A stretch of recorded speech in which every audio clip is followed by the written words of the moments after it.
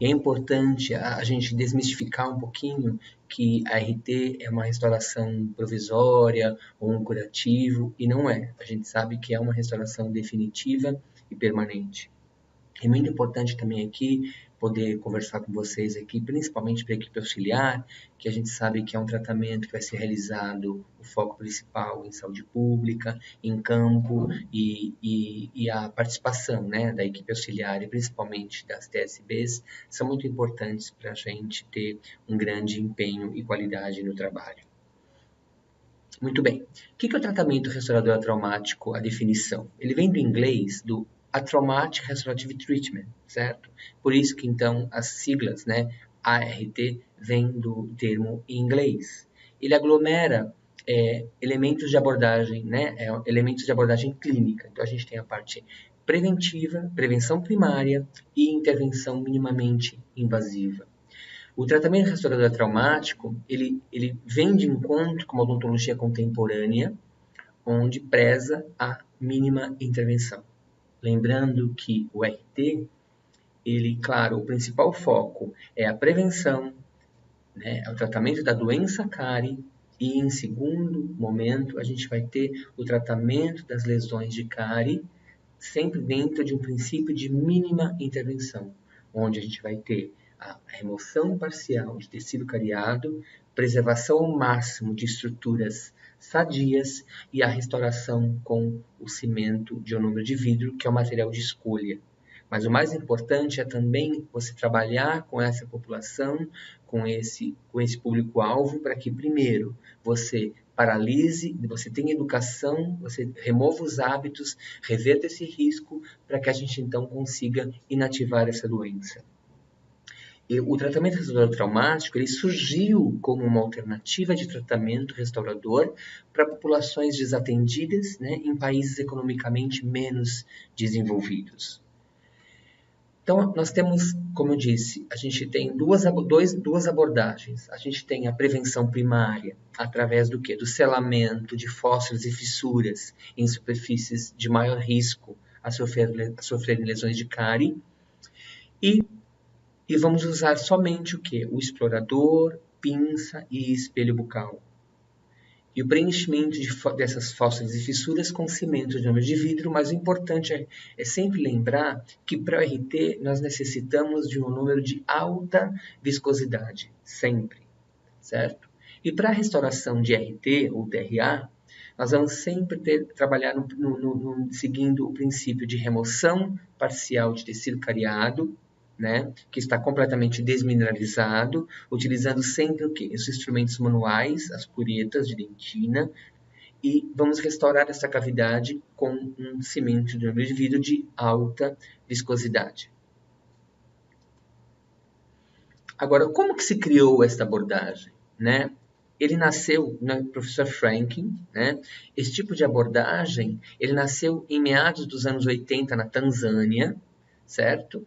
E sem esse tipo de abordagem, com certeza, muitas dessas lesões de cárie continuariam em progressão rápida, né? E a única solução seriam as exodontias, como numa odontologia retrógrada, onde você tinha aquele ciclo repetitivo e as lesões iam se aumentando quando não tratadas, e quando tratadas sempre sendo removidas e não preservadas ao máximo as estruturas sadias.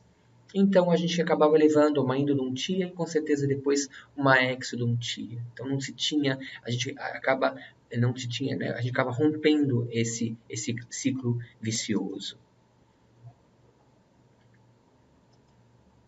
Surgiu, então, o RT como uma necessidade de manter os dentes afetados, né, por lesões cavitadas em populações desatendidas, sem acesso a serviços básicos tradicionais, em locais sem equipamentos dentais convencionais. Então, na verdade, a gente costuma dizer que a necessidade é a mãe da invenção, né? Por quê? Porque foi-se buscar uma alternativa para esses pacientes, para essa população que não tinha a menor necessidade, o menor acesso a esse atendimento. O primeiro projeto, né, o projeto piloto, iniciou-se aonde? na Universidade Dar es Salaam, né, na Tanzânia, e justamente a falta da praticidade dos equipamentos móveis que haviam sido doados também, né, surgiu a necessidade então de busca de alternativas.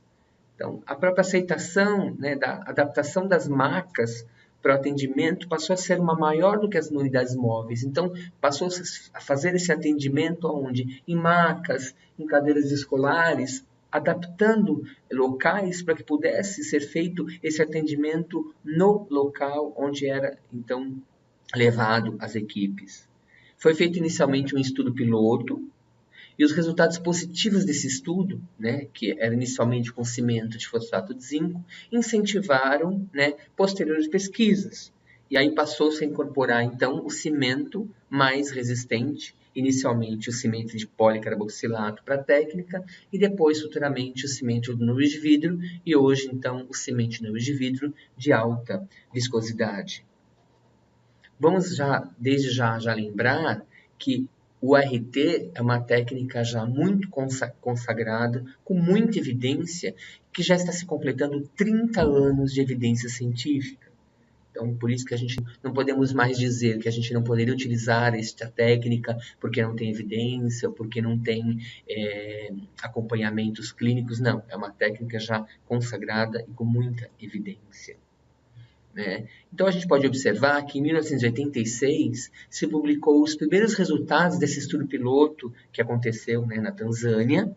Então, nasce oficialmente o RT como uma abordagem minimamente invasiva e se iniciam, então, estudos com esse cimento de número de média viscosidade, como eu disse, até a gente chegar no cimento de alta viscosidade para que tivesse uma resistência maior, né, e uma durabilidade maior nessas restaurações, já que se preza o quê? Uma restauração definitiva e não apenas um curativo.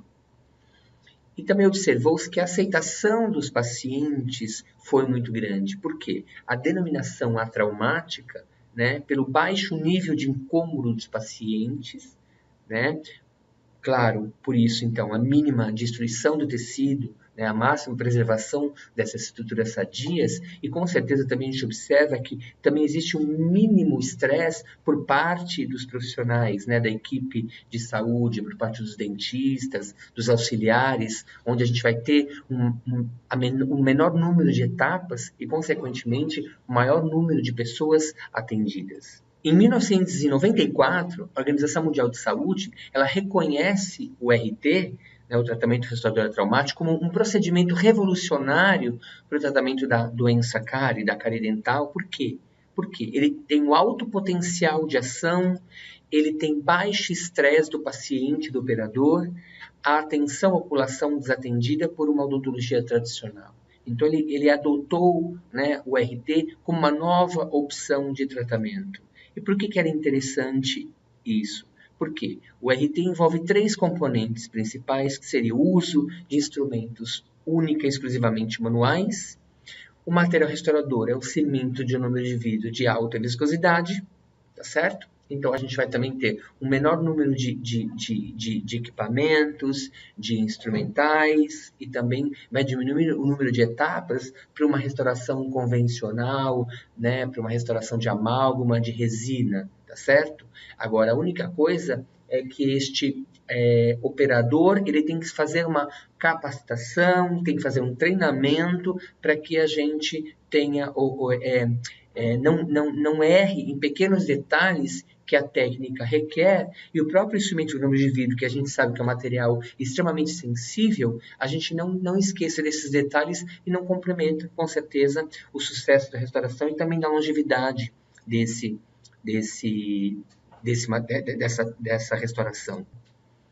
Então, está estipulado, né, o RT está estipulado para realizar restaurações definitivas com o uso único de instrumentos manuais, que nem a gente disse, são as curetas. Nós vamos mostrar também que existe até um kit de instrumentais que favorecem a gente melhorar o acesso à cavidade, a inserção do material na cavidade, que foi também proposto e desenvolvido pelo Sr. Frank. Mas, assim, não tem que necessariamente, para realizar a técnica, ter um kit de instrumentais. O importante é a gente trabalhar, sim, tendo as curetas manuais para remoção parcial. né? Está respaldado, né, como eu disse, por evidência científica, né? A gente já tem 30 anos de evidência, então, o mais importante é que a gente tenha uma máxima prevenção, uma mínima infiltração e também a mínima preparação da cavidade, né? O próprio material, o próprio ionômero de vidro, ele facilita que a gente tenha a mínima intervenção, a mínima infiltração, por quê? Porque a gente sabe que também é um material que tem o coeficiente de expansão térmica linear é o mais próximo do dente. E isso facilita clinicamente na integridade e restauração do dente. O uso de instrumentos manuais unicamente, isso ajuda realmente para que a gente siga essa filosofia de preservação máxima de estrutura dentária. E aí, como a gente também já falou, a evolução dos materiais restauradores, né, permitiu que a adesividade na hora da restauração fosse o quê?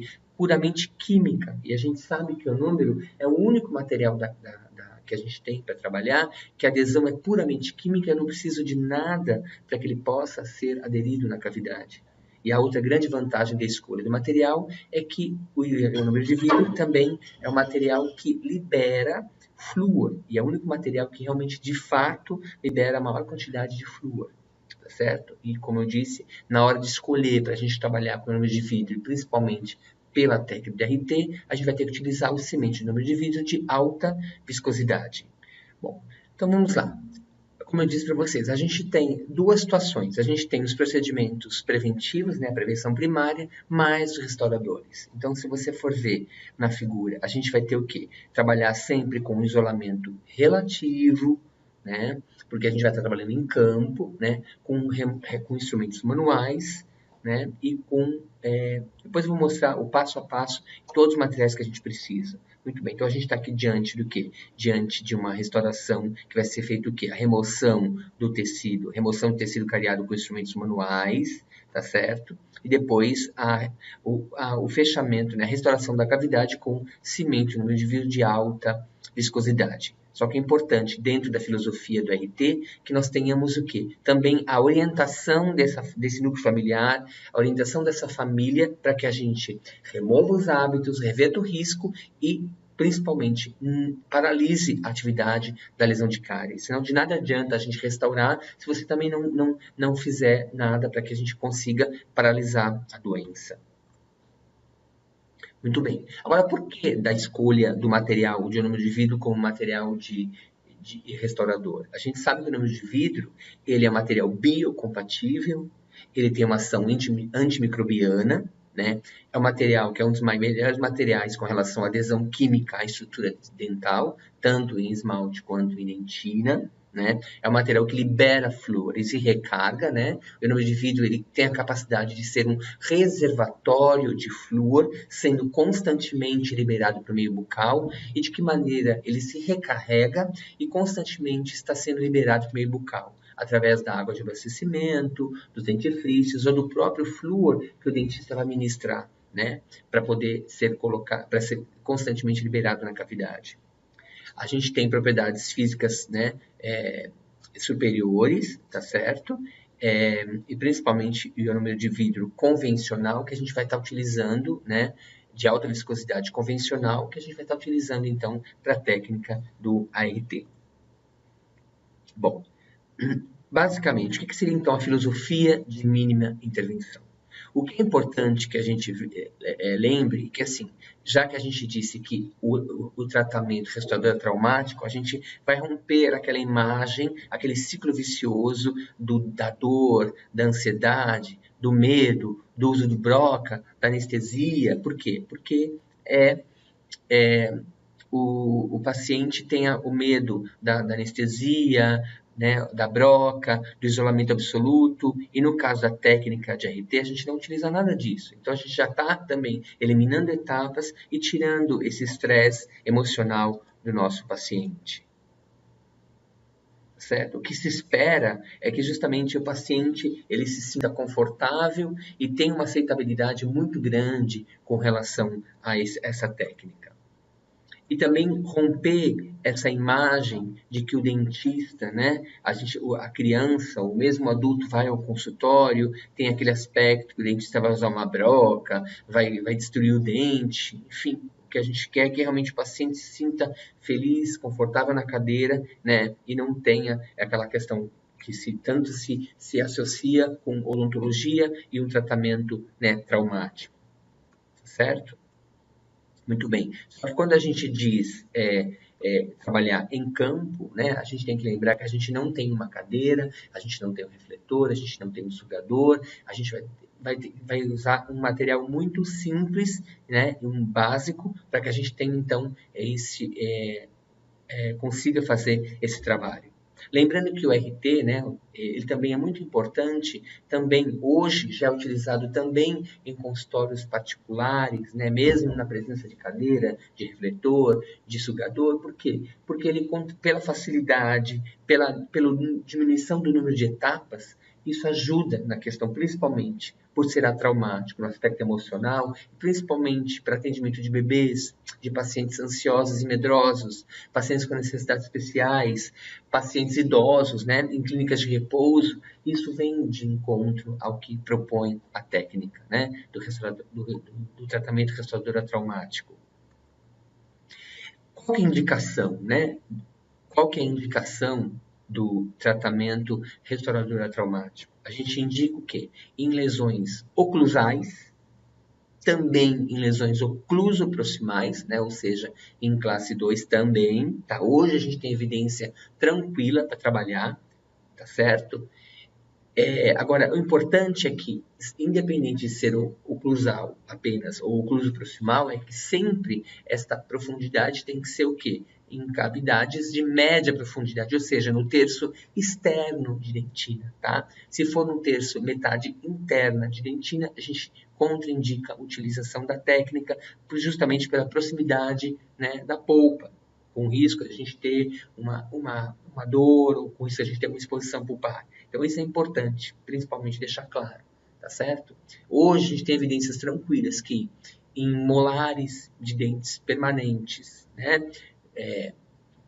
Molares em classe 1 de dentes permanentes, em classe 1 de dentes decíduos e em classe 2, né, ocluso proximais de dentes decíduos, a gente pode usar tranquilamente, né, a técnica restauradora traumática, né, como uma opção de tratamento. A gente tem evidência forte mostrando a longevidade, né, e o sucesso dessas restaurações com acompanhamento de um tempo bem grande, tá certo? Claro que contraindicação a gente tem o que? Lesões profundas.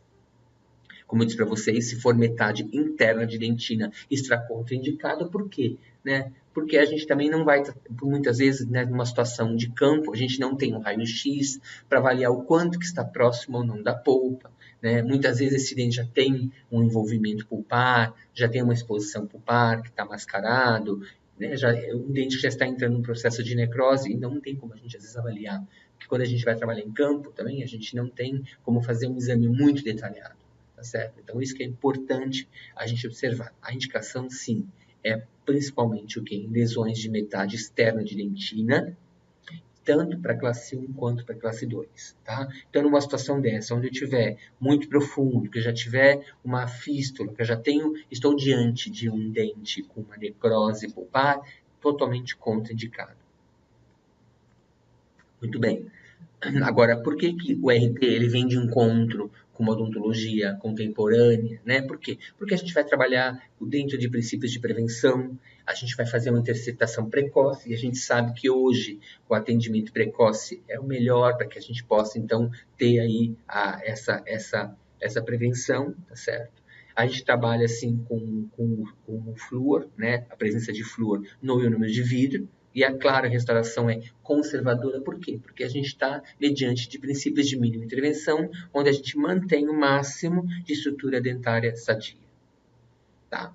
Por que a técnica restauradora, o RT, é uma técnica restauradora criteriosa? Muito bem, porque é uma técnica operador dependente, então a gente tem que ter, sim, uma capacitação dos profissionais envolvidos, né, uma calibração desses profissionais, justamente por isso, para lembrar de alguns detalhes que, de repente, olha, a gente tem limitações, né, talvez seria a palavra melhor, eu tenho limitações para que a técnica seja indicada. Eu uso o material, que no meio de vida a gente sabe que é extremamente sensível e crítico, né, com relação a alguns detalhes que, com certeza, também a gente sabe que o ionômero de vidro é um material que a maioria dos insucessos das nossas restaurações são decorrentes de erros de nós, operadores, que não observamos alguns detalhes. Então, isso que é importante a gente deixar claro, tá certo? Então, é uma técnica operador independente, a gente vai capacitar, então, este profissional. Muito bem. A gente, então, vai estar diante de um paciente mais colaborador, porque ele não tem aquele aspecto emocional envolvido, menos estressado. Eu tenho um operador também com menos tensão na hora de trabalho. Por quê? Porque é um trabalho, ele sabe que vai ser um trabalho que vai ter a colaboração do paciente, o menor número de instrumentais, o menor número de etapas. Então, isso vai facilitar.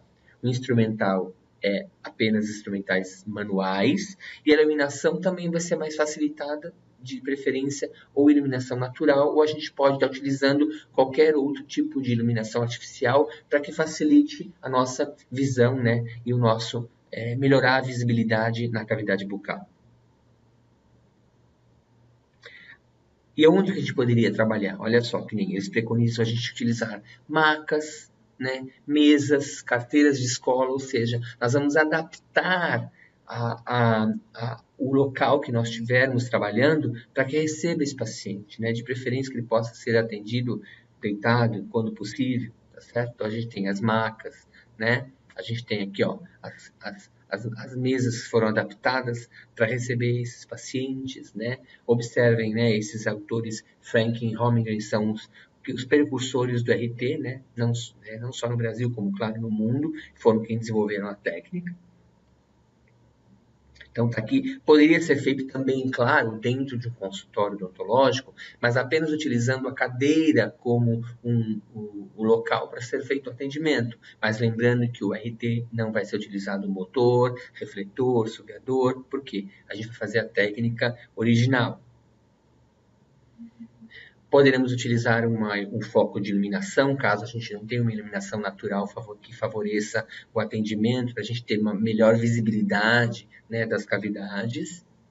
Tá? E é basicamente o que a gente vai utilizar para fazer o RT. Espelho, sonda explorador, e lembrando que para a gente sondar a dente, a gente não vai utilizar sonda com ponta ativa, porque senão a gente vai romper e vai acabar, né, abrindo mais uma cavidade. Então, sempre sonda explorador com ponta romba.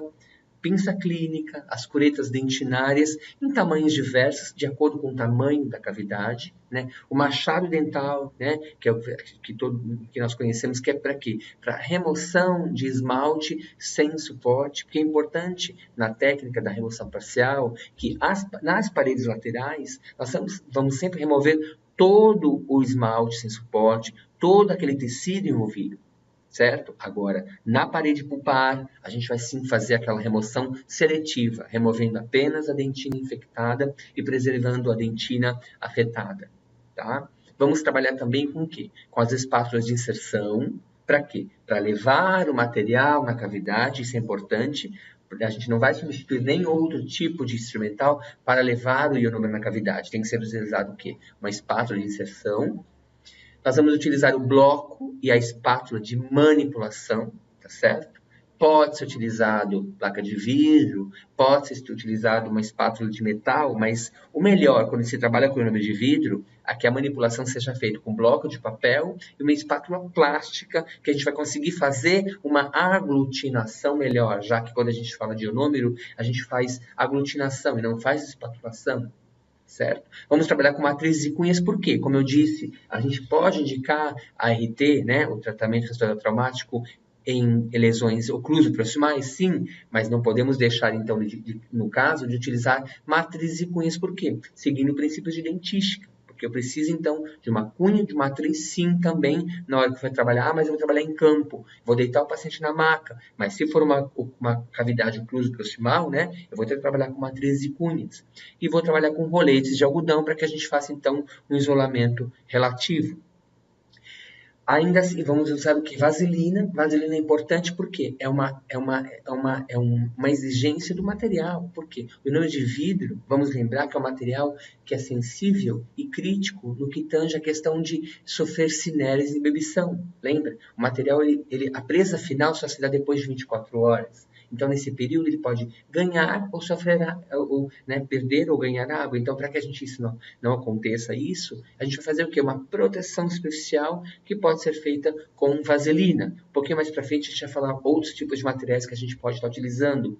Bolinhas de algodão para a gente secar a cavidade. Isso também é importante. Quando a gente trabalha em campo, a gente não vai ter a seringa tríplice, água para lavar e secar a cavidade. Então, a gente vai utilizar muito das bolinhas de algodão, tanto para lavar quanto para secar a cavidade. E o papel de articulação, claro, para a gente fazer um rápido e um breve ajuste oclusal. Aqui a gente tem alguns exemplos, né, dos instrumentais que a gente vai utilizando, né? A gente tem as curetas manuais, a gente tem a espátula de inserção e a gente tem, ó, esse aqui é o hatch, né, que é o quê? É o machado dental para a gente fazer, né, as remoções dos prismas, né, do esmalte sem suporte.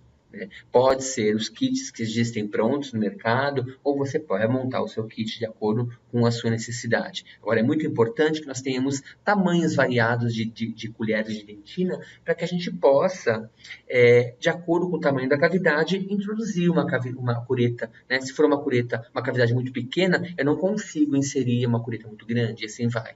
Inclusive, vocês vão observar, que a gente vai mostrar que numa cavidade muito pequena, mas que eu tenho envolvimento, já uma cavidade muito envolvida com a lesão de cárie, eu consigo ampliar essa cavidade com um instrumento próprio que se chama opener.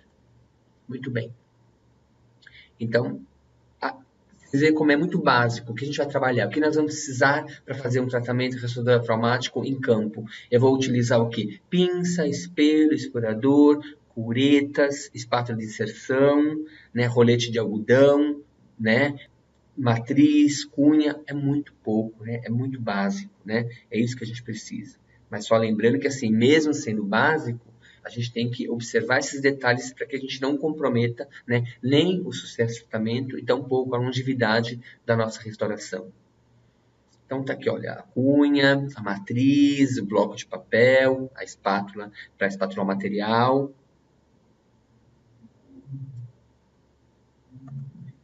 Quais são os kits? Como eu citei para vocês, o instrumental, existe um kit que é considerado como kit de RT, que consta com 5 instrumentais, que seria o opener, que é um ampliador da cavidade, para que a gente possa ampliar e depois poder fazer o melhor acesso e remoção daquele tecido, né, cariado, né?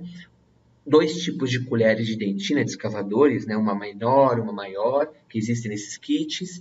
Existe o hatch, que é o cortador de esmalte. E existe a espátula de inserção para a gente inserir o material na cavidade e remover os excessos para já não ter que estar fazendo um grande ajuste oclusal, que também não vem ao caso, tá certo? Muito bem, então tá aqui o opener, é um instrumento de ponta romba, onde a gente vai girar ele na cavidade, no sentido um quarto de volta para a direita, um quarto de volta para a esquerda, e a gente consegue então ampliar a nossa cavidade.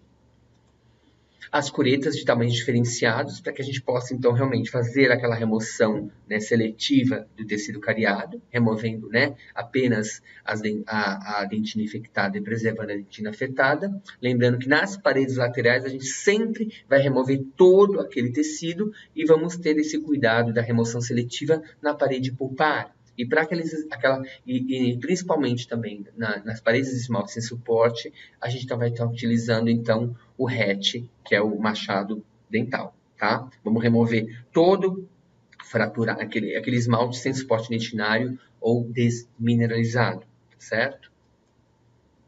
A espátula permite levar o material, né, como já falei, na cavidade e permite remover os excessos e também para a gente poder ter então um controle dessa oclusão. Agora, vamos falar rapidamente um pouquinho sobre o material restaurador, que depois, mais lá na frente, a gente vai falar, então, sobre ele em particular. Como eu disse para vocês, o material de escolha para a técnica do restauradora traumática é o cimento de ionômero de vidro convencional, mas tem que lembrar que o detalhe é que ele seja de alta viscosidade. Por que eu gosto de frisar isso? Nem todos os ionômeros que nós temos no mercado, eles são de alta viscosidade. E o que isso implica? Implica em menos resistência e, portanto, menos longevidade, tá certo? Muito bem. Eu posso deixar a dentina cariada na cavidade? Podemos, claro, justamente dentro desse princípio, né, de remoção parcial, né, do tecido cariado, que é o quê? É uma remoção seletiva, né? Aí, até onde, né, a gente deve remover? O que remover? Então, como a gente sabe, né, a gente tem o quê? A gente tem a lesão dentinária, onde nós vamos ter as duas camadas. A camada mais superficial, né, que a gente chama da dentina infectada, essa sim deve ser totalmente removida, porque ela não é passível de ser remineralizada, né, ela é totalmente desorganizada, tá certo? E a gente tem mais a camada abaixo, a camada da dentina afetada, essa sim é passível de se remineralizar, né, não é tão, né, ela já não é tão desmineralizada assim, então a gente vai sim, essa sim vai poder ser preservada. Com relação à dentina infectada, então, quais são algumas informações que a gente tem que lembrar?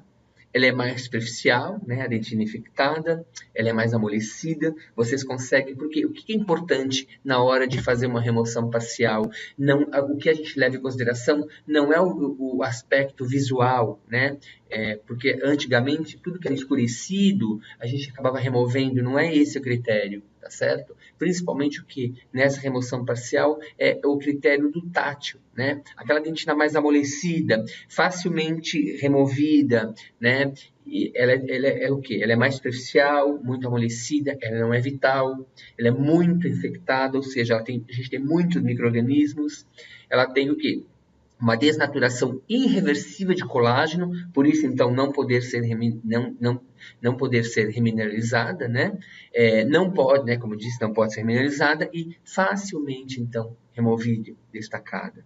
Diferente, né, essa deve ser totalmente removida, diferente de uma dentina afetada, porque ela é mais profunda, ela é mais endurecida, certo? Ela, enquanto é infectada a gente não tem sensibilidade, já na dentina afetada a gente já tem um pouco de vitalidade, então o paciente pode até sentir alguma dor, tá certo? Ela é desmineralizada, porém ela é pouco infectada, né? Já tem uma desnaturação reversível de colágeno diferente da infectada, que é irreversível, tá certo? Pode sim, então, ser remineralizada e ela é mais consistente.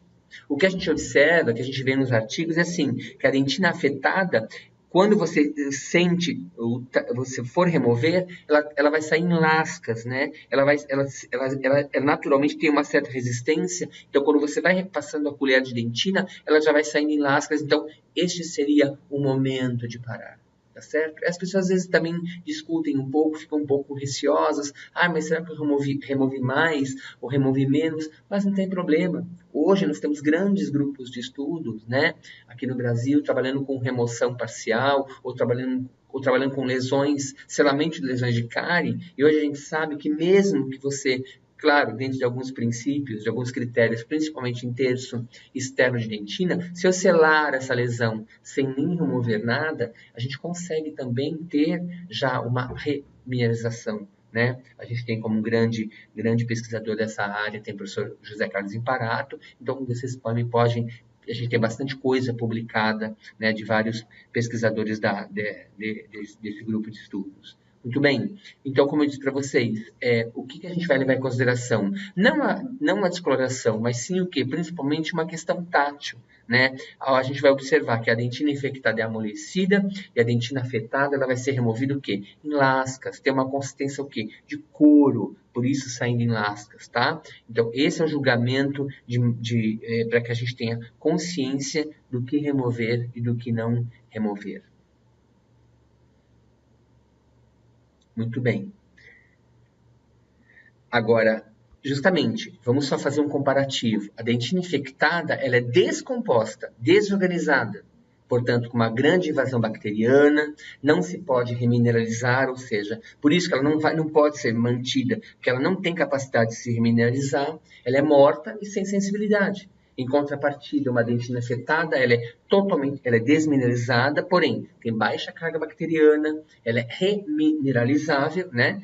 vital e pode ter, sim, claro, por ser vital, pode ter sensibilidade e o paciente até ter dor. Mas por que a gente chama que a técnica é atraumática? Porque a gente vai fazer movimentos menores, menos bruscos, então com certeza a gente não vai causar grande sensibilidade durante o nosso trabalho.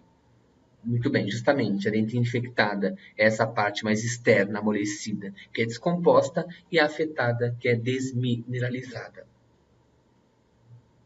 Tá? Aqui agora a gente rapidamente vai mostrar um pouquinho do manejo clínico, né? Então a gente, principalmente, é importante que a gente siga na hora de manipular o material, de fazer a restauração. Vamos sempre o material de escolha, e claro, eu não me dividi a viscosidade, mas independente de qual seja o fabricante, vamos seguir as normas do fabricante, as instruções do fabricante, principalmente no que tange a questão da manipulação do material, da proporção do material, porque inúmero de vidro é um material que a maioria dos insucessos estão relacionados principalmente ao quê? A proporção equivocada, a manipulação errada e a dificuldade de inserção na cavidade. E isso com certeza leva então ao insucesso da restauração e principalmente, claro, também a questão às vezes falar, eu não gosto de trabalhar com RT, com tratamento traumático porque não dá certo, mas pode ver, muitas vezes é porque o material não foi bem manipulado, não foi observado esses detalhes, tá certo? Então a gente sabe que a gente tem que observar isso. Então olha só, a gente vai fazer a remoção parcial desse tecido cariado, a gente observa que a gente está diante de uma lesão ativa, e observa essa margem aqui de esbranquiçada, que é característica de uma lesão ativa. Esse esmalte sem suporte vai totalmente ser removido, essa parte da dentina mais infectada, que é mais superficial, vai ser removida, e a gente vai preservar, então, apenas na cavidade, essa dentina, né? Vamos removendo todo esse esmalte sem suporte, olha, já depois observa que a dentina começa a sair em lascas, aí então a gente vai preservar, então, apenas a dentina afetada. Muito bem, aí a gente vai então colocar o material, né, o produto ionômero de vidro sobre o bloco de papel, lembrando que a gente tem que seguir as normas do fabricante, né? Normalmente, a gente sabe que os ionômeros convencionais, seja ele pó e líquido, ou seja ele encapsulado, que são duas formas de apresentação do produto, ou pó e líquido, que vai ser manipulado manualmente, ou encapsulado, que vai ser manipulado por um misturador, né? E hoje a gente percebe que também os ionômeros encapsulados têm uma grande vantagem, né? E qualidade superior de propriedades já testadas. Por quê? Porque eu não tenho viés de um erro na minha proporção, de um erro de uma manipulação, e me facilita também o quê? A inserção do material da cavidade, já que ele está já está dentro de uma cápsula que tem um biquinho aplicador. Então isso tudo vai facilitar, a gente vai mostrar um pouquinho depois para vocês. Mas claro, de repente eu não posso também só usar um ionômero encapsulado, porque a gente está indo em campo, eu vou estar indo numa situação, às vezes, que eu não tenho luz elétrica, eu não tenho uma tomada, então, claro, eu vou ter que trabalhar com o ionômero pó e líquido, e ele muito bem manipulado, de acordo com as normas, como tem que ser feito, vai ter o mesmo resultado satisfatório, sim. Então, vamos lembrar que a gente vai sempre colocar, né, pó, vai sempre dividir em duas partes, e normalmente, vamos seguir os nomes de fabricante, mas sempre o convencional, quase sempre a proporção vai ser uma colherzinha dosadora de pó para uma gota de líquido, e a gente vai dividir em duas partes, e vamos sempre fazer ali, depois eu vou mostrar passo a passo, mas a gente vai fazer o quê? A mescla, né? A mistura, né? A manipulação, que não é uma espatulação, é uma aglutinação do pó líquido. Então, uma vez o material, aí a gente vai lavar a cavidade, né?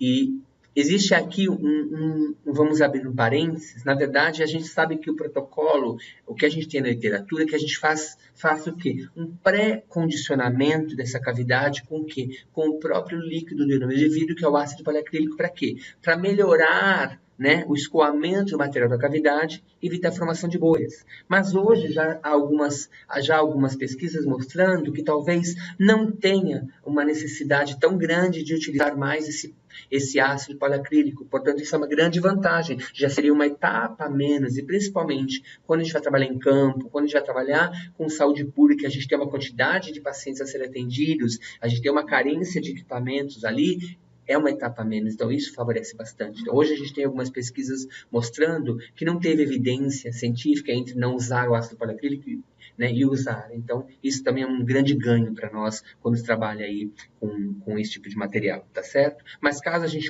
vai optar por usar o ácido poliacrílico, 10 segundos de pré-condicionamento com ácido poliacrílico, lavagem abundante da cavidade e vamos secar com bolinha de algodão. Por que é importante secar com bolinha de algodão? Por quê? Porque se eu secar com tríplice, até porque eu não vou poder secar porque a gente não está num consultório convencional, né? Mas se eu resolver secar com tríplice, lembrando que se eu desidratar a minha cavidade, eu vou abrir os tubos dentinários, posso fazer com que o paciente tenha uma grande sensibilidade e quando essa cavidade se reidratar, ela se reidrata às custas do ionômero que a gente colocou, que vai perder água e muito provavelmente pode ser que trinque ou fratura, que também é um outro grande ponto que a gente tem que lembrar, né, analisar. Muito bem. Aqui, então, a gente lavou a cavidade, né? Fez o pré-condicionamento com ácido paracrílico, lavou, secou. Então, na sequência, a gente vai poder, então, levar, né? Manipular o material, como eu disse para vocês, seguindo, né, todos os passos, como se faz a manipulação, que depois a gente vai mostrar mais para frente um outro slide mostrando a sequência certinha. Então, a gente vai manipular o material e vai, então, sim, tá? Levar o material na cavidade. Aqui, então, a gente colocou numa cavidade classe 1, a gente colocou numa única porção de uma única vez, tá? E a gente consegue, se precisar, se quiser, pode ser utilizado uma pressão digital, vaselina o dedo e faz uma pressão digital, né? Para quê? Para que a gente veja que esse material possa escoar e evite a formação de bolhas e tenha uma integridade ali, restauração do dente melhor. Aí a gente pode checar a oclusão. Agora é importante que a gente já se baseie nos dentes vizinhos, né, nos dentes análogos, por quê? Para que a gente não venha... A gente sabe que o ionômero de vidro, a presa final é depois de 24 horas, então eu não vou poder fazer um ajuste oclusal convencional com alta rotação, até porque também a gente nem está diante de um consultório, por exemplo, para que a gente possa utilizar tudo isso. Então, a gente vai ter que ser já ir removendo os excessos, né, de maneira que a gente consiga depois não ter que fazer grandes ajustes. Mas, claro, se precisar, a gente faz o ajuste assim que o material comece já a tomar presa, para que ainda ele consiga depois ser removido esse excesso que tem na restauração. Então, mais alguns outros casos, tá vendo? Aqui, ó, a gente está mostrando que a gente fez o quê? O condicionamento, pré-condicionamento da cavidade com ácido poliacrílico, tá certo? E aí a gente fez lavagem abundante da cavidade, secagem da cavidade com bolinha de algodão, e aí fez a manipulação, né? A gente normalmente faz de que maneira? A gente observa as orientações e instruções do fabricante, mas em geral, como eu disse para vocês, de número convencional, uma colher dosadora para uma gota de pó, uma gota de líquido, a gente vai colocar então aqui no bloco de papel uma dose, uma porção de pó para uma gota de líquido. Essa gotinha estava com bolha, então a gente desprezou, mas não vai ser descartada, ela vai ser utilizada para aquele pré-condicionamento, né, da cavidade. Dividiu a porção do pó em duas partes, tá certo? A gente vai aglutinar a primeira porção ao líquido, do pó líquido. E outra dica também importante seria a gente fazer o quê? Esmagar essa gotinha no bloco de papel. Para quê? Para que quebre aquele ângulo superficial e melhore o molhamento do pó líquido. Então, a gente vai manipular a primeira parte, né? Misturar a primeira parte, isso aí rapidinho, que dura em torno de 15 segundos, e a segunda parte, mais 15 segundos. Mas o mais importante que a gente observa, que já seria um outro grande erro, depois que já vem da parte da manipulação, é que assim, o ionômero de vidro tem uma característica muito importante, que é o quê? Ele, depois de manipulado, ele tem um brilho muito intenso, e este brilho significa que eu só posso levar esse material na cavidade enquanto ainda estiver brilhante. Por quê? Porque a perda do brilho significa que o material ele já está numa fase avançada de presa.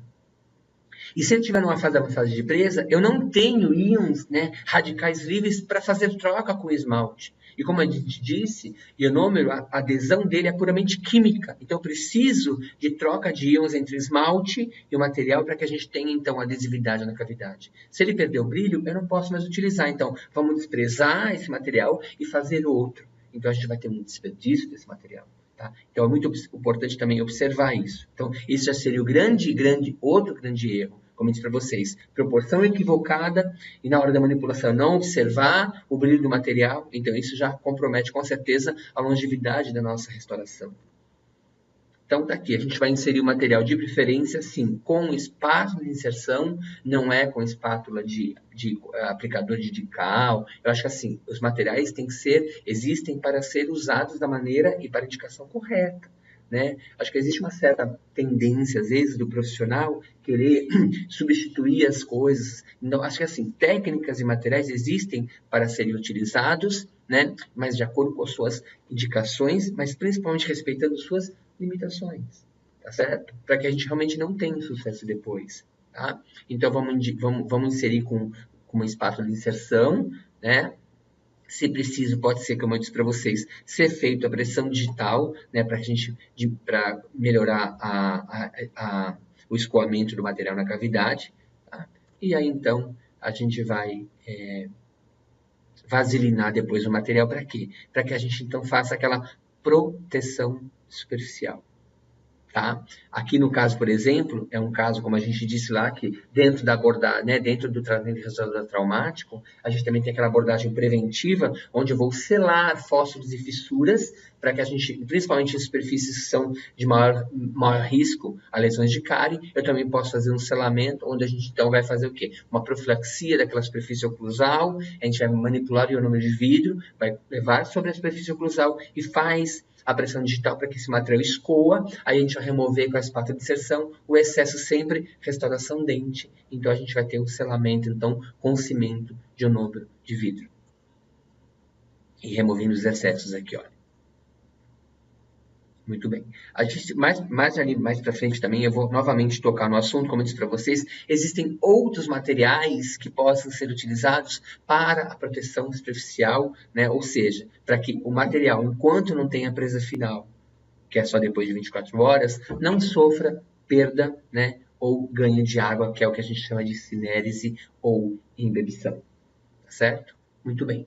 A gente fez o ajuste oclusal e de preferência que a gente já remova todo esse excesso, né, antes, né, enquanto a gente está colocando o material na cavidade. Então, acho que é muito importante, né, que assim, como eu disse para vocês, o RT, né, o tratamento restaurador traumático, ele é uma importante ferramenta, mas ela apresenta limitações e que devem ser entendido como uma alternativa e não como solução de todos os problemas. E como eu disse para vocês, não são todas as cavidades que a gente vai poder utilizar. A gente tem uma indicação muito pontual que é para quê? Para cavidades com metade externa de dentina. Cavidade interna eu não poderia utilizar, até porque a gente está muitas vezes numa situação onde eu não tenho um raio-x, eu não sei de fato a profundidade dessa cavidade, eu não posso avaliar o quanto que eu poderia comprometer ou não esse paciente. De repente, se eu fechar, vedar uma cavidade ali muito profunda, eu posso levar, de repente, a uma fístula, a um abscesso, ou mesmo vou curetar aquela cavidade, né, em campo ali, de repente é profunda, eu vou expor aquela polpa e não tenho como fazer uma endodontia naquele momento. Então, vamos sempre lembrar que todas as técnicas têm suas limitações, claro, como material também, e tem que ser respeitadas essas limitações. Muito bem.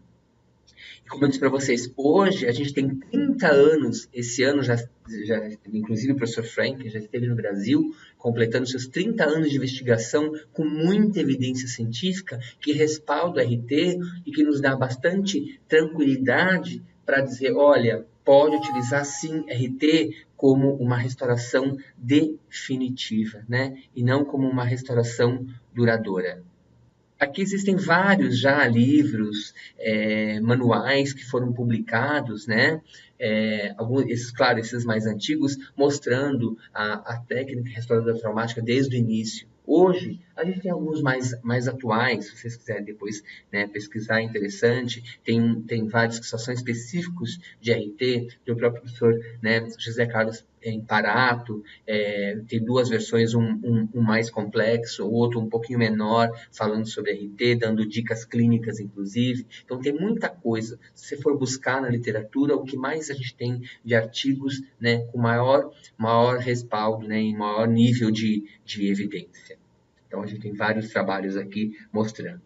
Bom, Nós vamos agora demonstrar para vocês, assim, como eu disse para vocês naquele slide de remoção parcial do tecido cariado, remoção seletiva, que o que é importante nós observarmos, né, que seria principalmente o aspecto da questão tátil, né, para vocês sentirem a diferença de uma dentina infectada, muito amolecida, para uma dentina afetada, que é removida em lascas, que tem mais uma certa resistência na hora da remoção, certo? Então eu quero mostrar para vocês aqui, para vocês observarem o quanto que ela é mais fácil de ser removida, qual seria o momento limite entre parar, tá certo? Então a gente, por exemplo, estamos diante aqui de uma lesão, né, de uma simulação de uma lesão de cárie, onde a gente tem o que? Inicialmente por cima, a gente vai ter aquela dentina amolecida, vocês vão observar, né, que essa dentina é totalmente amolecida e é facilmente destacada, né, onde então a gente consegue remover facilmente.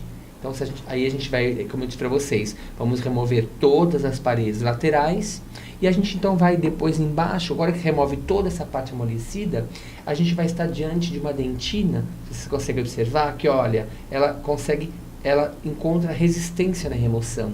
Então, você observa que ela está saindo em lascas. Então, essa aqui seria aquela dentina afetada, que ela é passível de ser remineralizada, porque ela não é totalmente desorganizada, né? E ela tem aquele colágeno que é reversível. Então, essa sim é aquela camada que eu vou preservar. Então, vocês viram a diferença entre uma dentina que sai em lascas, que é mais dura, de uma dentina que é totalmente amolecida e facilmente removida, tá certo? Então, essa é a diferença. Então, por exemplo, então se a gente for ver aqui, ó, também vocês estão vendo aqui que a gente tem uma simulação. Eu tenho aqui uma dentina mais amolecida, que é mais externa, e aqui uma dentina mais dura, que é mais interna. Então, essa sim, essa camada externa, se a gente for pensar em termos de profundidade da polpa, essa vai ser totalmente removida, e essa que é mais durinha, né, ó, tá vendo? Ela é assim, essa sim vai ser preservada, tá? Se a gente pegasse também aqui, né, para mostrar. Então essas, ó, a gente num dente um pouquinho menor, ó, a hora que eu estou removendo a dentina infectada, ela é facilmente removida, né, ó. Eu estou removendo toda essa dentina amolecida. Aí vocês começam a observar que quando, ó, agora eu já estou muito próximo daquela dentina, aqui vocês vão observar que, ó, aqui, ó, tá vendo? Já é dura. Ela está tendo resistência e já está sendo em lascas. Então, aqui seria o momento de eu parar, certo? Claro que não lembrando e não esquecendo que as paredes laterais, elas todas têm que ser, realmente, toda essa dentina tem que ser removida. Mas na parede pulpar, a hora que eu encontrei aquela dentina, né, que tem resistência, que nem diz lá os autores, que ela sai em forma de leather, né, de couro, então, esse sim seria o momento de parar, tá certo? Como eu mostrei para vocês, a gente tem o que? A gente tem os instrumentais, são básicos. Basicamente, eu vou trabalhar com curetas manuais, tamanhos diferentes de cureta. Uma espátula de inserção, para que eu coloque depois da cavidade, já toda removida, tecido de cárie, coloque o ionúmero dentro da cavidade, tá? E como eu comentei com vocês, esse é aquele kit de ART que existe no mercado, mas que não necessariamente preciso ter. Mas, por exemplo, o opener, que é um instrumental que a gente vai fazer movimentos circulares para ampliar a cavidade, né? Movimentos de um quarto de volta para a direita, um quarto de volta para a esquerda. As curetas, e também tem o RET, né, que é o machado dental, para que a gente realmente também tire aquele esmalte, né, sem suporte, né, e a gente consiga, porque isso também vai para a gente não ferir os princípios de dentística, né. Eu não posso fazer uma restauração em cima, né, de paredes circundantes que não tenham suporte, suporte de esmalte, tá certo? Mostrando também aqui, a gente tem as espátulas, né, para, que a gente falou, a gente vai precisar de todo esse instrumental e uma espátula também para a gente fazer a espatulação do cimento de número de vidro de alta viscosidade.